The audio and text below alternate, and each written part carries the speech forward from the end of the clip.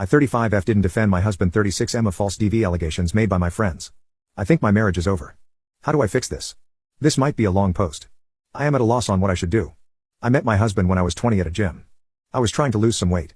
He eventually noticed that I was sticking to my New Year's resolution. 2 months later we were dating. I learned that he was from Indiana and he had been stationed in Texas for just over 2 years at that point. Eventually he met my family and my parents instantly liked him. My 2 younger sisters took a bit longer to woo over, but my older brother and him clashed over sports and loved to trash talk each other. So all in all my family loved him. He was incredibly patient and kept me motivated not only at the gym but in school as well. He had to work late on his birthday 9 p.m.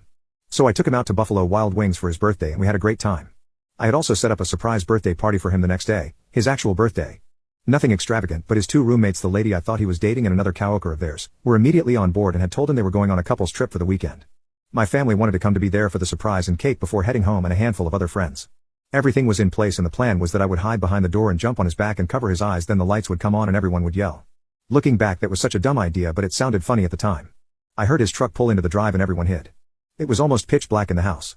He opens the door and shuts it and takes a few steps and I jump on his back. Everything happened so fast. I was immediately flipped over and slammed into the ground as the lights came on. I felt a sharp, intense pain in my shoulder and my ears were ringing. He was horrified at what happened and my brother and dad started yelling at him. He was trying to help and my mother and his roommates had to get between him and my father and brother. He just kept apologizing to me. So we spent his birthday in the ER. I had a separated shoulder and broken collarbone. I was initially furious at him for doing that and didn't want him around me. So he sat in the waiting room. By then my brother and father had calmed down and realized it for what it was. What was he supposed to think walking into his house believing it to be empty and get jumped on from behind? Eventually I agreed to let him come back and he immediately started to cry and telling me how sorry he was and that he would never ever do that to me again. I want to make this clear to everyone reading this. This was in no way his fault. It was a natural reaction and I wish I had never jumped on his back. He struggled more than I did to put this behind us, but I kept up with my schoolwork and we continued to grow close over the next year. I would listen to him vent about work and he would do the same for me and my school work. We went on weekend trips, sometimes just us and sometimes with friends. Sorry, I'm trying to keep this short, but I have so many happy memories that I want to share, but I'll get to the reason why I'm posting this. Eventually he asked me to marry him and it was a no-brainer. He was and still is the love of my life and the only man for me. We got married in a small ceremony with family and a few friends. When his second enlistment ended, we decided that the opportunity for him as a civilian air traffic controller was too good to pass up. It was hard for him to say goodbye to the Air Force, but he wanted us to finally settle down. We had a move between our wedding and when he finally left the service. By then I was working and we had a very large amount saved up. As he waited to find out where the FAA wanted him to go, we stayed with my brother and his wife back in my hometown. Eventually he got the email and to our surprise he would be working fairly close to where we already were. He knew how much I had missed my hometown, so we decided to buy a house and he would commute almost an hour and a half each way. It is a huge sacrifice on his part. 2020 happened and I lost my job, but my husband made more than enough to cover my lost wages. We weren't getting any younger and decided to start a family. It took a bit, but eventually I got pregnant and we have a wonderful 2-year-old son. First year was a struggle for us both as we tried to adapt to parenthood. My husband struggled more than I did, but I helped him. If you have kept up with the news, the FAA is short-staffed with not enough controllers, so my husband works mandatory overtime and usually most shifts are 10 hours, legally the max, and each Wednesday he gets off work at 11 p.m. and has to be back at work by 8 a.m. That's a very short turnaround that would leave him with at the most 5 hours of sleep if he drove home. So on those nights he sleeps at a coworker's house. He has offered to make the drive, but I don't want him driving tired or working tired either. Honestly, it did suck on those nights when he wasn't home and our son just wouldn't sleep. He encouraged me to reconnect with old friends and I have, which leaves us with the reason for this post. 2 weeks ago I met up with some old girlfriends for a play date to watch our kids crawl around. Most of them were complaining about their husbands, fiancés or boyfriends not helping around the house. I do most of the housework, but my husband has always helped me when he is home. I changed the subject and asked one of my friends, I'll call Lana, how often does her daughter wake up in the middle of the night? This eventually led to me telling them that my husband stays near his work on Wednesdays and some of those nights were rough on me, especially early on. That got me a lot of sympathy and I don't know why it felt good to hear someone that wasn't family say those things.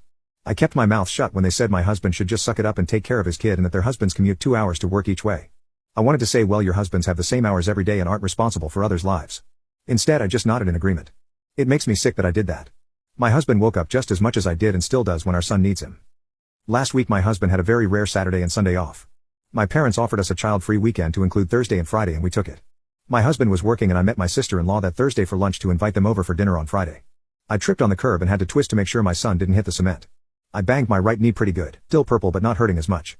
We wanted to have some people over for dinner and invited my older brother/sister-in-law as well as 2 of my friends from the previous week and their husbands. Going back to getting slammed by my husband, he mentioned that he hates that story. That even if it wasn't intentional, he seriously injured me. So I stopped telling that story out of respect for him. Friday rolls around and my husband picks up everything we need to make a large pot of spaghetti and a few bottles of wine. We had been discussing trying to have another child, so I was planning on getting a bit tipsy and jumping my husband's bones after our guests left. I wore a white halter top dress that he loves. Risky to wear when eating pasta and drinking red wine, but I felt good. Our guests arrive and we all ourselves a class of win and making small talk. I notice Lana whispering something to her husband but ignore it, figuring maybe she likes something and was asking her husband if they could get something similar. The dinner starts and everything is going well. My husband isn't a big drinker but had went to get himself a second glass and tongs to make getting seconds easier. I was almost done with my fourth, as was my sister-in-law and Lana. My other friend, Sarah fake name, was sipping her first and their husbands were taking it slow. My brother got a call from work and stepped into a guest room to take the call. That's when my sister-in-law asks me to tell the story of how I broke my collarbone and separated my shoulder. I figured since my husband was out of the room that no harm no foul. I tell the story and I'm laughing. My sister-in-law is laughing and Sarah and her husband seem amused. Lana and her husband aren't laughing. Lana reaches across the table and grabs my hand and says, "I saw your knee and how bruised it is." My sister-in-law snorts as Lana continues. "You said he doesn't help with your son and now he has you believing that what he did to your shoulder was some kind of accident." Husband walks in and asks what we are talking about and Lana tells him that she knows that he is abusing me. That he doesn't help with our son, that he obviously shoved me down and bruised my knee. That I should have left him when he broke my shoulder. My husband immediately looks at me and asks, "What the hell did you tell her?" That's when Lana's husband speaks up and tells my husband to lower his voice because he won't tolerate verbal abuse and that if you lay a finger on her, I will beat your ass. I'm too shocked to speak and stick up for my husband. My husband didn't take kindly to that and told them to get the fuck out our house. Brother hears the confrontation as Lana and Sarah's husband stand between my husband and I. My husband tells them again. "Don't make me repeat myself. I'm not going to tolerate being called a wife beater. Get the hell out." My brother tries explaining that my husband doesn't hit me and I just turtle like a coward. My husband is trying to calm down and eventually my sister-in-law gets Sarah to drag her husband out of the house. Lana is still trying to keep her husband riled up. I remember my husband looking at me as if he was pleading with me to speak up for him, but I just sat there unable to do anything. I don't know why. I've never been in a situation like this before. Lana and her husband start telling me I need to leave with them so my husband doesn't hurt me. My husband flips his shit at that and my brother-in-law had to almost tackle him. "Tell them the truth. B, don't walk out that door." My husband's voice was surprisingly calm. I followed them out of the door. I was almost in the car with them with my sister-in-law who seemed to sober up by then pulled me back and my brother forced Lana and her husband to finally leave.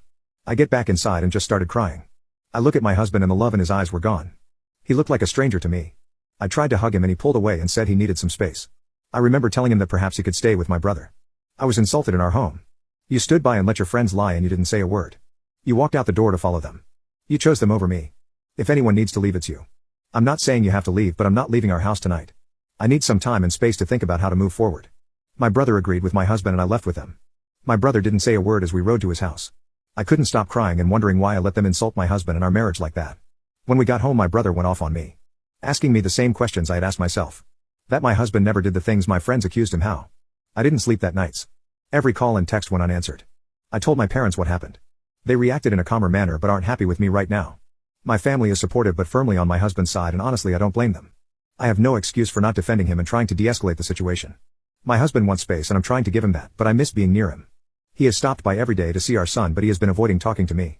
I got a call from him today saying that he is deeply hurt and feels betrayed. That he isn't sure if he can trust me again. He still loves me but he needs to sort out things on his end but he was considering separation. I told Lana and Sarah to fuck off and never contact me again. I'm so hurt and angry. Very angry at myself. I want my husband back but I'm not sure if that's possible. I need some advice. Please. I want things to be back to normal. I want it picked up and slung over his shoulder as he grabs my butt.